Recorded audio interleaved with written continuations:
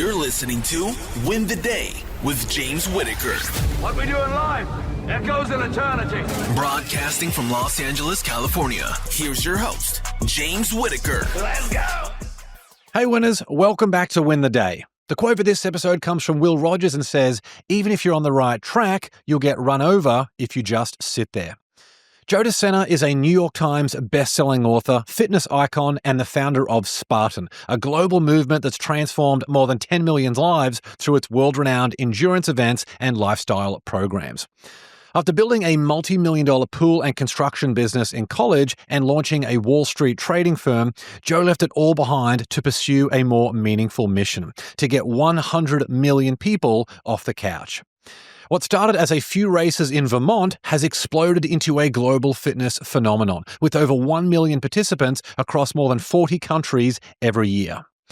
Joe has personally completed more than 50 ultra events and once competed in 14 Ironmans in a single year. Through his books, keynotes, and Spartan X leadership forums, he now trains others to build mental toughness, embrace discomfort, and live with purpose. In this episode, we're going to talk about how to strengthen your mindset through physical challenges, the daily discipline behind elite performance, why modern life makes us soft and what to do about it, and how to build a healthy, loving, and resilient family. Before we begin, the right bit of inspiration can completely change the trajectory of someone's life, so there's a friend or loved one out there who needs to hear this episode or could use some help to win the day, share it with them right now. All right, let's win the day with Joe de Sena.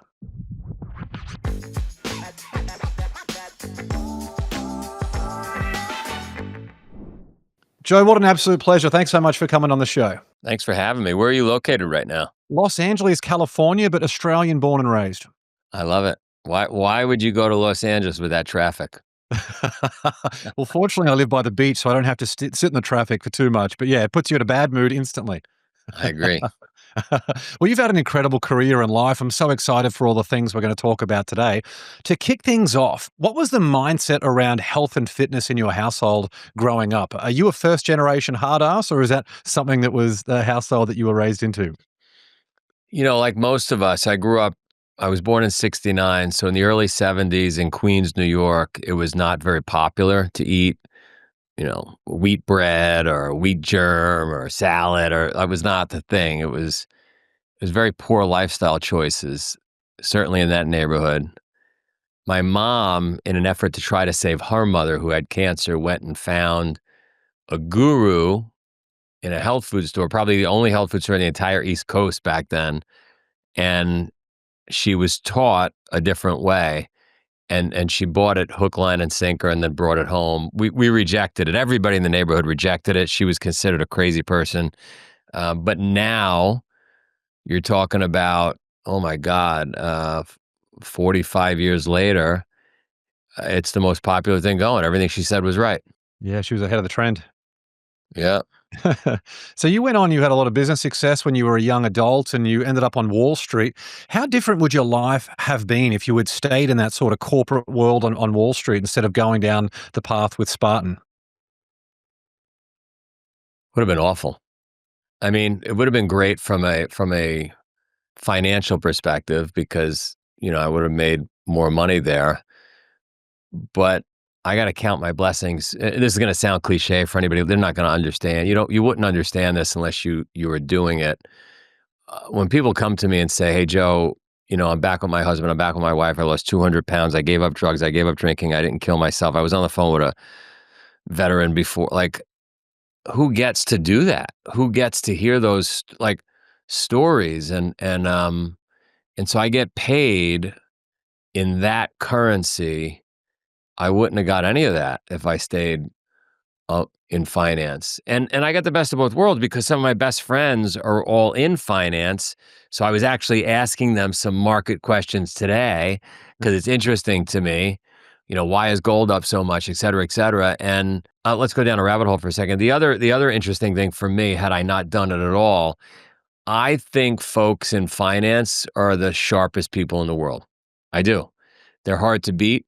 Because you're looking at, economies, every kind of company, you're speaking that financial language, like it's moving so fast.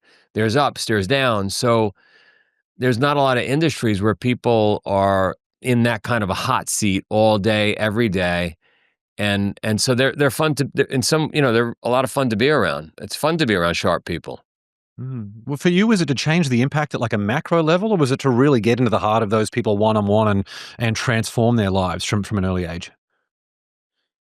You mean as far as Spartan goes, the Spartan side of Yeah, it? when you had this path that you were on, this environment that you're in Wall Street, you've got all of these lucrative carrots that are keeping you there for decades and decades. You can map out the rest of your life and how successful and affluent it was. Did you always have a yearning that you wanted to help people? You mentioned earlier that your mum introduced you to some of these things that you've been able to carry for the rest of your life. Did you feel, well, what I'm trying to get at is you seem to have taken this responsibility from changing your own life into helping other people, hundreds of millions of people around the world to take responsibility for their life. I don't know that at the beginning that was my motivation, but as you asked the question, I think back to a very young age, like preteens. I always had an ability, just like my dad or my mom, to inspire people around me to do things they didn't want to do. We're going to bicycle 150 miles, at 12 years old. Like, I didn't even understand I didn't even understand what I was saying and what that meant. But so I had that ability and I enjoyed it, and I loved torturing myself and others around me and getting them to get outside their comfort. So I love that. But I don't know if it was with an intent to transforming their life. It was just more about fun and stories. And at some point, the feedback loop started where people were coming and saying to me, hey, like I wrote a book. The first book we wrote was Spartan Up. And part of it was a commercial interest. Like, I don't know, I never wrote a book before. Somebody's telling me to write a book. I'll write a book. It's cool. I want to tell my story. I didn't think it's going to impact anybody or change any lives. And then a copy of the book came back used to our office one day. And it was like 3 times as thick because the woman that was participating in our races would carry it with her. And there were Post-it notes all over it, and she wanted it signed. And I started looking through the Post-it notes, and I was like, oh my God, to use your term, which I don't use and I should use, like, oh my God, we got a responsibility. Like, we are affecting people's lives, decisions. And so then it was like, okay, well, I've got this uncanny ability to motivate people. Let me motivate them in the right direction. Hmm. And parenting is something I want to really chat about a lot today. I've got a lot of questions on that a bit later in the episode, but to touch on one now, your ability to inspire people at a young age, is that a skill that you feel like people can nurture through resilience and through doing hard things, and that we really should put more emphasis on doing that? I mean, if you can inspire and motivate other people, it's probably going to equip you with more skills to be able to inspire and motivate yourself, right? Yeah, I mean, I love inspiring kids. I love joking with kids. There's always 10 kids over my house, including last night. Love messing with them. Love getting them outside their comfort zone and just like taunting them to do more than they think they can. and in that process of me doing it, to whether it's kids or adults, it does get me to go further than I was planning on going today or whenever that, right? Like, I push myself and others to go a little further. Just take a couple extra steps, one more rep. Hmm. And why is your biggest fight with comfort? Comfort's a killer. I learned it at a young age with my mom and my dad. I mean, I'm sure the Buddhists, if they were on this podcast with us, would say, well, Joe's running from something. But, I met this guy, Barry Hearns. He owns a company in the UK. You should have him on your podcast called Matchbook. They've got a show on him now on Netflix. But he was on my podcast, and wildly successful guy, hard charging, makes me look like Mickey Mouse. And he said, I said, Barry, what do you say to people that are stuck on the couch, that are living in comfort? He said they should go in the corner, curl up, and die. I said, well, that's a bit extreme. Why? He said, because this gift we have, this thing called life, is so precious that if you don't squeeze every ounce of juice, like, you shouldn't be here. You don't deserve to get this. And so comfort, when you ask that question, and I think about sitting on the couch or just being lazy, or like, it's a waste. I mean, there's so many people dead or in jail or wounded or paralyzed. They do anything. I was working out the other morning. It was early in the morning, and I didn't feel like doing my extra reps. I knew what I had to do. I had my plan, and I was lazy like anybody's lazy. I didn't want to do it. And the universe at that moment sent the guy whizzing by in a wheelchair. And I said, man, that guy would do anything to be doing these reps the way what are you complaining about? And I got back to work. So yeah, I think it's a luxury that not everybody's afforded. There's no benefit that comes. But Joe, you do have to relax and recover. Recover from what? We live in the first world with these beautiful homes and climate controlled rooms and DoorDash and Uber. This is not the Civil War or Vietnam. Like if we were in Vietnam, I would say, okay, we could use some TV, some penicillin, and a Netflix show. But like otherwise, what are we recovering from? I tend to agree. I mean, we know the importance of gratitude. It's one of the most researched aspects in positive psychology. For those who say, I don't know what to be grateful for, I say just open your eyes. Just take a walk down the street, go to the supermarket, just open your eyes. And there's obviously a lot of other places that you could go to. You could go to veterans hospitals, all sorts of places, and you can feel gratitude pretty quickly. Agreed. Yeah. So launching Spartan might have pushed you potentially too far into the realm of discomfort. Was there ever a moment on that business journey where you thought like you maybe had bitten off a bit more than you could chew, or perhaps a particularly dark day that you're open to sharing with us? I give a speech. I run around the world. I give a speech on the journey to success, and imagine an X and Y axis chart where when we start off on any journey, whether it's building a business like Spartan or a marriage or a career or running 100 miles, we're pretty excited in the beginning because we haven't done any work yet. It sounds, wonderful what we're about to do. I think the depth of despair that you go into on that journey towards success, the depth is determined by how big and audacious the goal, like how big of a business are you trying to build, right? How big of a thing is it that you're attempting here? A 1,000-mile journey, right, is much bigger than a 26-mile journey. And so the depth of despair that you're going to go into is much deeper. With us, with Spartan, I had no idea how big of a bite I was taking. 45 countries, 15 million people have crossed like a finish line. The amount of appetite a company like that requires, that it has for cash and resources and time and my attention is so fucking massive that that it's great when things are going great, but oh my God, you get a hiccup like COVID and man. Not good timing to be in the events business.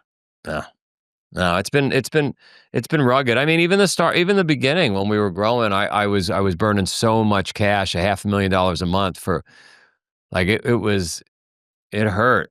It's been it was 15 years before we made a profit. Who does something for 15 years before they make a profit? Nobody. But I did it. I fell in love with it, and then I finally got it to work only to get punched in the face again. Mm-hmm. And Spartan has posted some incredibly powerful moments. Some friends of mine on Instagram posted a story, was featuring when they got engaged at the finish line doing a Spartan race. There's also a former Marine called Todd Love. Do you know Todd? Have you heard of Todd before? I know Todd. Yeah. Todd, I suspect you might have. He's gone, triple amputee, woke up in a hospital bed in Germany after getting blown up by an IED. Doctors said they had to amputate his arm, so he's a triple amputee at the age of 18, I think it was. And he went on to go and do the Spartan race, which really gave him that zest for life again. Is there a particularly powerful or memorable moment or story from a Spartan event that means the most to you? There was a veteran that came up to me and said, "Hey, I just want you to know I was going to kill myself last week, and I remembered I had a race this coming weekend. You saved my life." I mean, yes, I met many amputees, many folks in wheelchairs. I all kinds of stories. I was on with a Green Beret an hour ago. Like, I met them all. But when a guy comes up to you and says, "Hey, I was going to kill I had a gun to my head last week," like, it's a pretty memorable moment. What are they looking for? Are they looking for mission? I know a lot of the former military guys are looking to have some sense of mission and purpose in their life again. Well, I think what happens is, yes, that excitement, those dopamine rushes, the being on the edge, when you're out doing a tour is gone, right? You're in the civilian life and it just doesn't have the same energy levels, volume that you have when you're in the game. You don't have the brotherhood that you felt when you were in the game. But I think aside from that, um, when these guys come back and they're hanging out and they're indoors like every other civilian, they're not getting sunlight, they're not sweating, they're not breathing, doing all the things that a human, an animal like the three, you and I, needs to do in order to feel alive. And you layer on top of it the lack of purpose, the lack of that's a dark place to be. And so you take them and you put them under barbed wire, and they're around 10,000 folks, and they feel at home again, and they're getting dirty, and there's noise and sunlight and rain. And I mean, I always joke, imagine if your dog, my dog, if we came home one day and the dog was on the couch painting her nails, watching Oprah, smoking a cigarette. That would be a little strange. But if we came home and the dog had just run outside and tackled a duck and was ripping it apart and was like playing in the mud, like that would not be so strange. And at the end of the day, we are the dog in that story. And somehow we think it's okay to smoke the cigarette, sit on the couch, watch, like it's not okay. And when you're helping someone who life has given them a big kick in the guts, we've gone through a few examples there. Maybe it's some type of medical condition. Maybe they've had a marriage breakdown. I imagine that you're not trying to get them to get out there and change the world. Are you telling them to focus on just taking the next step or to just make it through this day? Like, how do you help the people who are in that depressive state? Look, there's all kinds of modern suggestions that come from the experts around, depression and health or whatever. And most of them require marketing departments and, pills and drinks, and they're basically self-medicating. The number one thing you could do is move. Just move. And I know it sounds silly and cliche and like, how could it be? I lost a loved one. I'm going like, how could it be just move? Well, there's no other better alternative. Like, might not be the best, but there's a great saying. There's nothing in life that you can't walk off. There's nothing. So you can't drink it off. You can't sleep it off, right? You can't pop pills to get rid of, like, those are not good alternatives. So whatever you're going through, get to an event. By the way, when anybody hits me up and says, I need help, I give them free. I'll give 100 tickets for free. I'm never going to let money get in the way. Like, I'm always going to try to help people. So there's no cost. The only cost is you got to actually do it. So then if movement and getting people moving is the number one thing that people need to do, it stands to reason that just being sedentary is about the worst thing that someone can do, right? Like, we all have those days where it feels like, look, I feel like I've deserved, woe is me. I feel like I deserve to sit here and lie in bed or sit on the couch. But, an hour turns into 4 hours, and 4 hours turns into a day, turns into a week, turns into a month. And before you know it, you wake up one day and you think to yourself, how did I get here? When just trying to get yourself moving, just take a couple of steps is the easiest path to being able to build that momentum once more. I was doing my workout early this morning again in the dark, and at my workout spot where there's a pull-up bar and there's a bunch of equipment outside, there were 4 moms that were working out. I'd never seen them before at my spot. And I thought, this is great. This is good. It's dark out. They're working out. Like, this is great. This is what the world needs to do. They got to move. Again, if we were in Vietnam, I would be saying people need a little rest. They need a little recovery, right? Civil war, take a break. But we don't even cook anymore. That's too hard. That's right. And you know what? I think one of the most underrated aspects of changing your life really is the community. I recently started doing, I love doing things like cold plunge, dry sauna, but I just never had a place near me that was a really accessible option. I've got a 6-year-old and a 3-year-old. I'm a little bit time poor in the mornings and in the evenings. And I found this place, it's about 15 minutes from me in Venice, called Like-Minded Studios. And they have like 8 cold plunges set up of various temperatures. And they have a communal sauna. And I was almost resistant to the idea of a communal sauna because the one that I was using before was a private sauna where you're in the room with just you or a friend and then the cold plunge and the sauna. And having the community aspect at this like-minded studio place is incredible. I was there a couple of hours ago, met 3 or 4 new people. You just feel this energy for life again returns. 1,000%. 1,000%. You could definitely hack it with a sauna and a cold plunge. And you got to have community. So look, I love that like there is a tailwind behind us and what we do, because pre-pandemic we didn't see as many people open-minded to doing and taking cold plunges or going to do a sauna or working out and joining run clubs. So or not drinking as much as they like. There's so many good things happening in the world that are happening simultaneously to couch potatoes being born, and the phone stealing all the attention, but we definitely we got an open-mindedness to doing hard things. Mm, absolutely. And in your experience, what's the hardest habit for people to change? I would say the hardest thing for people to do is to be consistent. So like I think anybody could work out for a day or a week or even a month. But, my thing is it's every day forever. And that's a hard thing to do. Right? When I first went to the gym when I was a kid, I remember feeling that pump, looking in the mirror and feeling a little bigger than I did the week before. And then it occurred to me, and it was like a light bulb moment that went off that was a nightmare, which was, oh my God, I got to do this forever. I can't just do it for a week and then you get like it's forever. But that's the hardest thing for people to reconcile. But it's got to be done. I mean, it's like brushing your teeth or drinking water or going to bed. Yeah. The show's called Win the Day. We talk about winning the day is a daily recommitment. Every single day, you got to acknowledge that the day is there to be won or lost. Make the decision to win. Even you and I have got a lot of friends in Special Forces community. Even the Navy SEALs are the ones who hate getting into ice baths as well. It's like, even the Navy SEALs haven't gotten used to it. So it's awesome. It's great to put ourselves in challenge and adversity so we get stronger along the way. 1,000%. Yeah. And in your experience with health and fitness goals specifically, what's the biggest mistake people make? Well, obviously, I'm going to say quitting.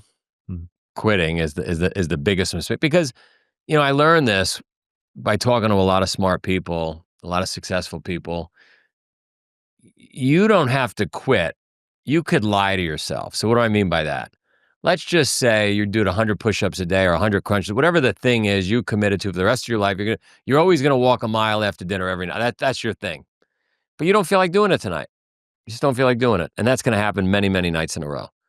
You can lie to yourself and say, you know what? I'm just going to walk around the block. I'm not going to do a mile. 9 times out of 10, that walk around the block is going to get you the mile you needed to do. You just have to start. So, when you're not feeling it, which is going to be often because I'm not feeling it, Navy SEALs aren't feeling it, nobody's feeling it, just lie to yourself. I'm not going to do 300 burpees today. I'm going to do 3 burpees. I just got to get 3 done. 3 turns into 30, 30 turns into 90, 90 turns into 300. I love it. It's so good. So simple, but so good. What is your process or system for setting and achieving goals? Like, are you very disciplined and structured with the way that you think about goal setting? Am I very structured and disciplined? I would say regarding me, my life, my personality, I'm just relentless. If I'm not trying to achieve something every day, to check something off, to do and not, have life pass me, but like I just do that every single day. I make lists. My goals are stretch goals. And I just try to chip away at them all day, every day. I learned a long time ago that like, it's a long, as short as life is, it's a long road. And you just got to make it to the next telephone pole. Like I just got to make it to the next telephone pole. Right? Yeah, it's so true. So do you write down things like what are 3 things you'll do to win today or anything like that? Or when these to-do lists come to you, is it just something that you feel the inspiration and then you write it down?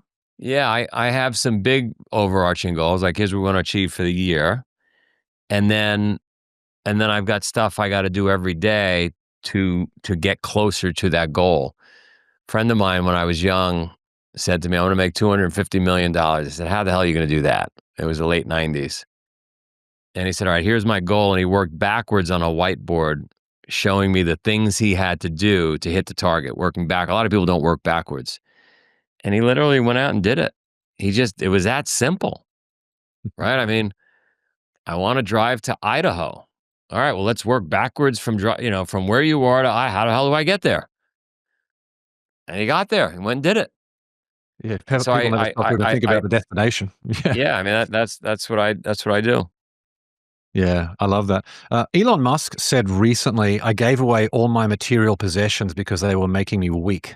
How do you I feel love about it. that? I love it. My mother did that many times in front of my sister and I. She threw everything away, including money. That was bizarre. Again, this was now the 80s when she was doing that, but she believed that it was, by the way, the ancient Spartans, they didn't believe in money either. They didn't believe in material things, right? They purposely made money big and heavy and cumbersome because they didn't want their citizens to get over-focused on accumulating that nonsense. So I love it. Easier to do when you have, $300 or $400 billion to get rid of your knives, forks, and shoes. But That's right. You know what? Something I love about Elon is he's not going out there buying like a $500 million yacht. You see these billionaires are out there just yeah, doing that on like just relentless drive, maybe even working a little bit too hard, but he's just, he's got 12 kids or maybe 13 or 14 at this point, but clearly there's other people who could use his time, but he's changing the world, raising the standards of living for people everywhere. But like you mentioned at the start of this episode, feeling that inspiration, how he has inspired the next generation, I think the ramifications of that we are going to see for centuries to come. I agree. I'm happy he's American. Well, he's not really American, but he's American. That's right. That's right. We'll be back with the show shortly. I've got a quick question for you. Are you living up to your potential? It's a question that shapes your family, your business, and your overall happiness every single day. That's why I'm excited to introduce the Win the Day quiz. Head over to winthedayquiz.com right now, answer a few thought-provoking questions, and you'll instantly discover how well you're performing relative to your true potential. And here's the exciting part for our Win the Day family. As a fan of the show, you'll receive a personalized and absolutely free action plan to help you win the day every day. Now, just imagine how transformational the results will be when you consistently show up as the best version of yourself in every aspect of your life. Don't miss out. Take the Win the Day quiz now by visiting winthedayquiz.com or click the link in the show notes. All right, let's get back to the show. Resilience is such a big part of your work as well. Do you feel like every single person on the planet can become more resilient by following a specific framework or set of steps? My feet, I used to do these really long distance events, and the number one thing to take you out of a long event is some sort of a blister or injury in your foot. Because then you start walking funny, and then before you know it, your hip is thrown out and you end up quitting the event. And I learned back then that I had to make my feet more resilient. If I could make my feet more resilient, I was less likely to, they say a chain is only as strong as its weakest link. Our feet would be our weakest link. If I could make them stronger, I was more likely to get knocked out. And so I used to train with wet shoes. I was just telling my son this recently. I used to run all day on Saturday with wet shoes with sand in them and rocks. And it sounds crazy, but what I was doing, I was making my feet stronger. And sure enough, I never had foot problems because I trained to make my feet more resilient. So yes, everybody could make themselves more resilient, but you don't do it by watching Rambo on TV. You do it by going out and training like Rambo and being incredibly uncomfortable. And, they say you gotta sweat and bleed in your training so that you don't die in the battle.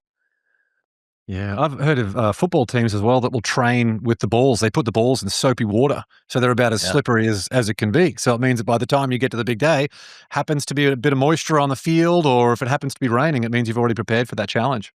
Exactly. What's the toughest ultra event that you've done? Probably the Iditarod in Alaska. We went out and did it in January. It was 30 below. It was waist-deep snow. It was pretty brutal. My son was asking me about it the other day, and I, of course, told him that he's too soft. He can't do it. And that definitely motivated him a little. But yeah, that was tough. I think with things like that, sometimes it's better to not do your research. I didn't know what I was getting into, and then I was screwed. But we got through it somehow. You said waist deep snow. Are you on skis? Are you running? How are you getting through that? It was really just a slog. We had skis waiting for us about 300 miles in, but when we finally got to our skis, there were bad snowstorms, and so the whole thing was upside down. When we finally got to our skis, there was no snow on so they couldn't use the whole thing was just a disaster. It was a snowshoe slog for 15 plus days. Wow. And is it so incredibly remote that if there was a health emergency, it'd be almost Oh yeah, impossible there to were track people you that very very close to dying. It was not. We were breaking the trail for the dogs that were coming the next week for the dog sled race, but that was not the intention. It was not supposed to have that much snow, or that the weather was not supposed to be that bad. The Red Bull truck, they bought an old Russian military truck to set up, and they had speakers and music at the start of this event to get people excited and celebrate Red Bull. It sunk and disappeared because the weight of the snow and the truck was so heavy, it pushed down on the ice and it fell into a swamp. A great metaphor for how the rest of the week or month or whatever it was is going to unfold. Exactly. So it's different motivating someone. If someone's got like a 15-second effort in front of them, it's easy to get them pumped up to get out there and do it, go out there and do your job. If you're doing something that takes a full day or even weeks at a time, what are you saying to yourself to get out there and focus on what you can control, or to even make it through and just keep putting one foot in front of the other when you're really faced with those most challenging moments? You don't want to overthink. If I'm about to get in a cold river to go for a cold plunge, I don't want to talk about it. I don't want to sit around and think about it. I just put one foot in front of the other and get myself there. Don't wait to, start undressing and just like one continuous movement right into the water. If we're going to do some crazy race, I don't want to talk about it. I don't want to look at maps.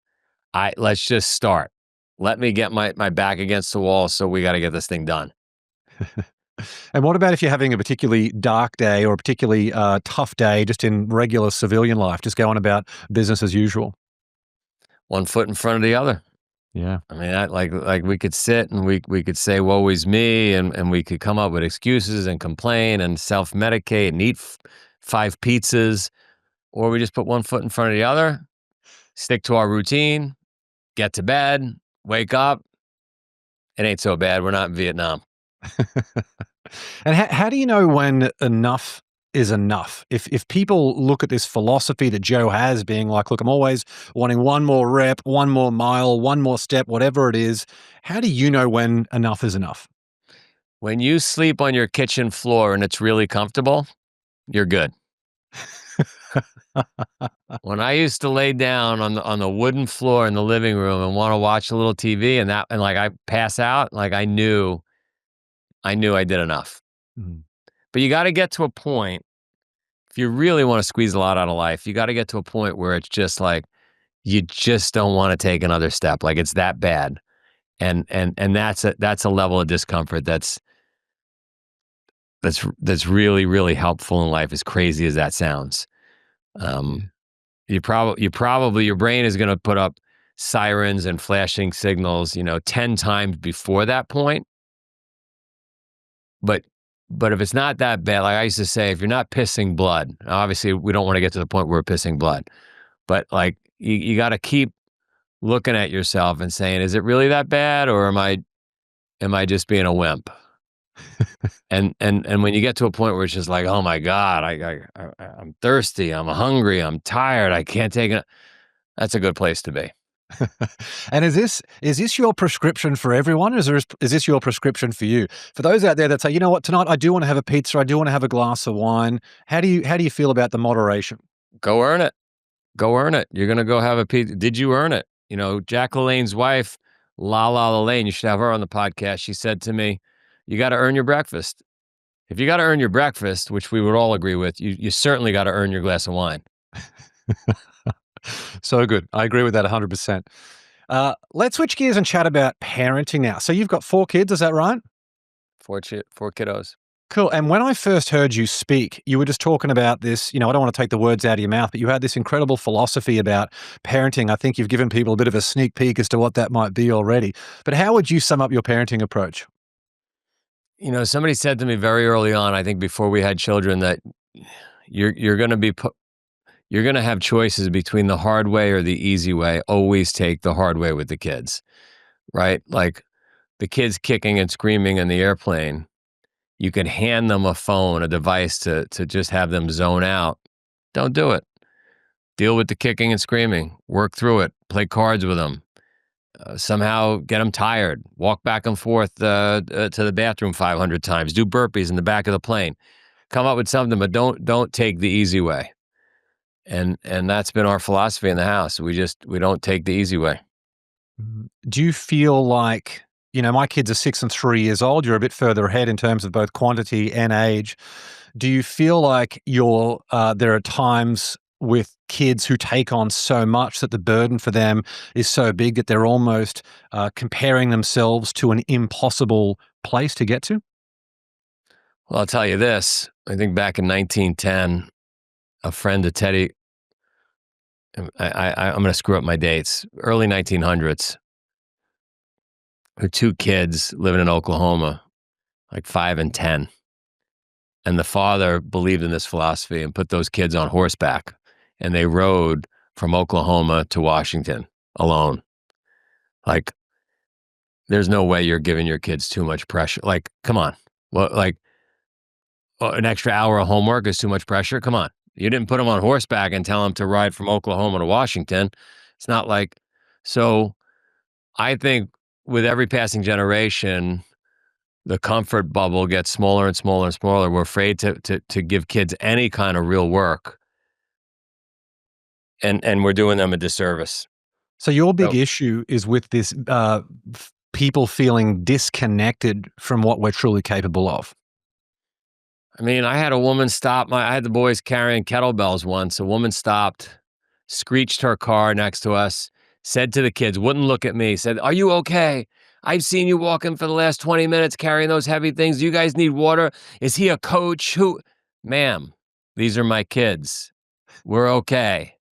We're just going, a mile down the road. I know you haven't seen children on sidewalks in a decade, but it's not that big a deal. Like, so society is putting a governor, a damper on what kids are capable of.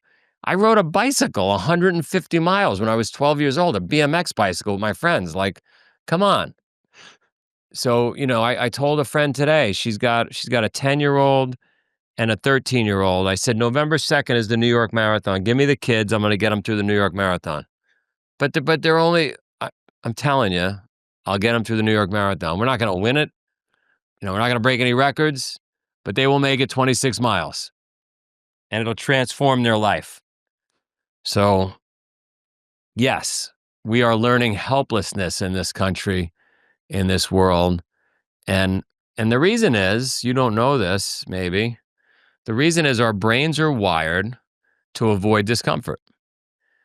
Because 10,000 years ago, discomfort was a signal that we may die. It's too cold out. We don't have North Face gear. It's raining. We don't have an umbrella, right? There's no food. We might not get food for 5 days. But today, none of that is true. And so that ancient wiring, that legacy hardware and software that we have is sending up all kinds of sirens and signals and stopping us from doing what we're capable of. And it's making us helpless. So what do you then celebrate with your kids? Do you celebrate achievement? Do you celebrate effort? Do you celebrate Hard work. training? Hard work. You always want to celebrate hard work. Just doesn't matter. Win, lose, you are a hard worker. All the science, all the studies show that's what you have to celebrate. They have to internalize this idea that they work hard. I love that. And are there certain sports that you feel like parents should push their kids into at a young age over other sports? Wrestling, rugby, field hockey, lacrosse, anything rugged. I heard you say, I forget the exact things that it was, but I thought it was at age 4, put people into gymnastics.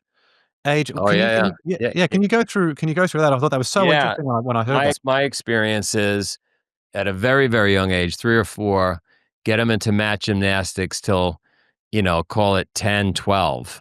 So now they've got body awareness, they're strong, they're fit, and that'll stay with them through their life. 10, 12, have them touch every sport. Have them play a little bit of hockey if you could figure out a way to afford it. Have them play basketball, baseball, whatever, and just pay attention from the sidelines what they're great at, what they love, and then go all in. And hopefully, cross your fingers, you can get all the kids doing the same thing, because it is not healthy for the family if you got one doing soccer, one doing basketball, like that is a nightmare. So if you can get them all in that mat gymnastics, and then if you get lucky and you get them all in one sport, that's a home run. My brother has 7 kids in Australia, and I see him with, yeah, he's got 1 into golf. He's got 3 of the boys are into rowing though, which is nice, and they're all into rugby. So, yeah, that makes it a bit easier. That's awesome. And when should the concept of winning and losing be introduced to kids? Yeah, I'm not big on that until later, right? Let's just grind. Winning is just doing the work. Let's just do the work. Let everybody know that, a friend of mine says, "Don't worry about the horse, just load the wagon." And that's the narrative you want to get the kid chanting in their own head. My son wanted to start a lawnmower business, so I took him to Home Depot, and he was like 7, and he saw the big rider mowers, and of course his eyes lit up and he wanted one. I said, "Nope, not one of those." And he went over to like the beautiful push mower with the engine. Nope, not one of those. And we went over and got the one that was just like human powered, tiny little. And I made him do an entire school that day. He passed out on the kitchen floor. But the message was, kid's a hard worker. I made sure he heard it. I made sure, I was saying it just loud enough to other parents, that he would hear that and start to internalize it. And sure enough, the kids are hard workers. Mm, yeah, I love that. Do you have any particular values as a family? I know in your books you've spoken about this idea of having a family mission statement. What are the values and standards that you expect for everyone in the Well, I family? mean, no surprise, right? Hard work is the main thing we're focused on in our family. We want to be honorable people. We make a deal, we stick to the deal, no matter what. The kid my younger son committed to a school. He had a really good tournament the other day, and the school was worried that maybe some other colleges or whatever had reached out to him. And I said, they did, but no need to worry about it. We made a deal with you. So the deal's a deal. So we're going to be honorable. We're never going to leave anybody behind. We're always going to help people. We're always going to clean up, even if we didn't make the mess. So, there's certain things that we try to live by. That doesn't mean the kids aren't going to make mistakes or you're not going to make mistakes, but like, you try to get back on track as often as possible. Mhm. And have you in your own family had any hyper competitive kids who just can't stand to lose? Yes. Yes. My wife is one of those kind of kids. My wife was a very high level soccer player, and she doesn't like to lose, but losing's great. Losing teaches you a lot. Losing hurts, and pain is good. So yeah, we celebrate it as much as the wins. I love that. So in a way, they're seeking discomfort through loss, which enables them to make smarter, to get smarter and get better and What did more. we do wrong? Let's get better. Yeah. And what do you think we should do to raise stronger, more resilient kids in today's world?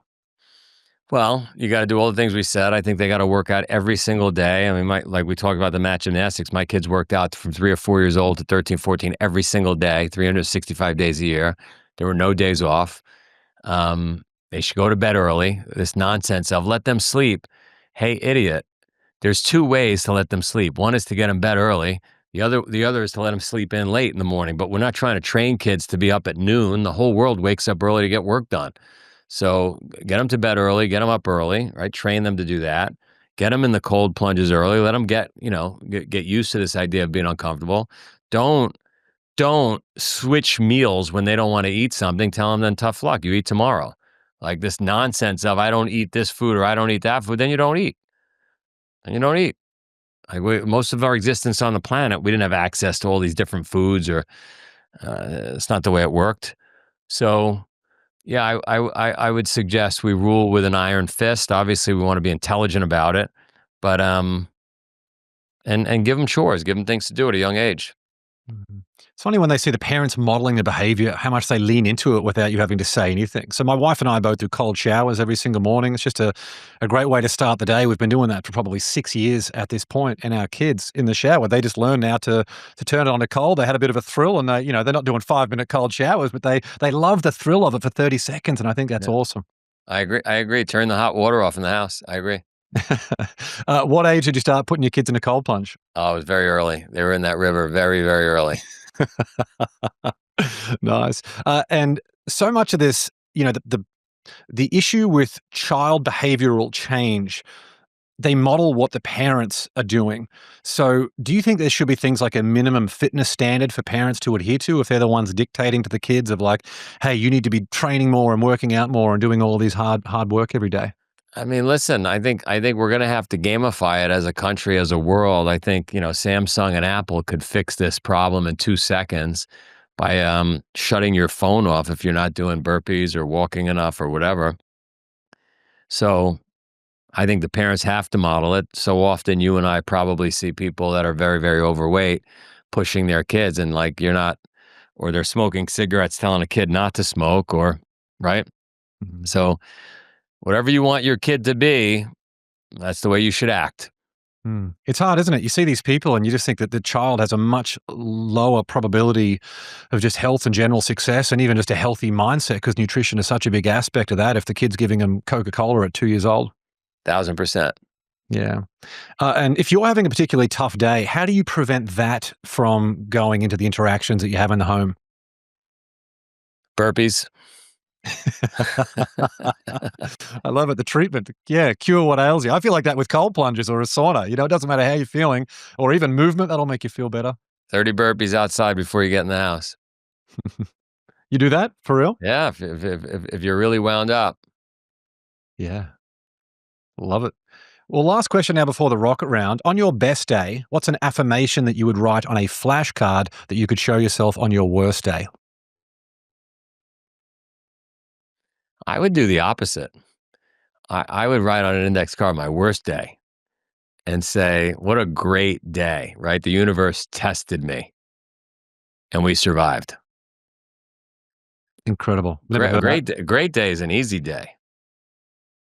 There was no test. Yeah. I love that, Joe. We're almost 300 episodes into the podcast, and I think that's the best response we've had to that question. So well done. I love it.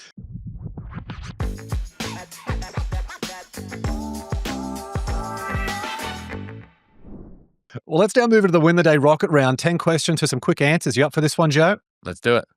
Number 1, what quote inspires you the most? Could be worse. Number 2, morning coffee or evening wine?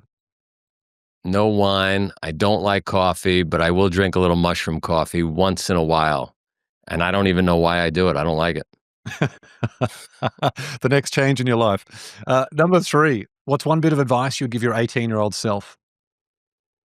It's a long game. Slow down. Number 4, what book do you gift the most or that contributed most to the mindset you have today? Adrift by Stephen Callahan. I don't know that one. What's the he's stuck takeaway? at sea for 73 days trying to survive.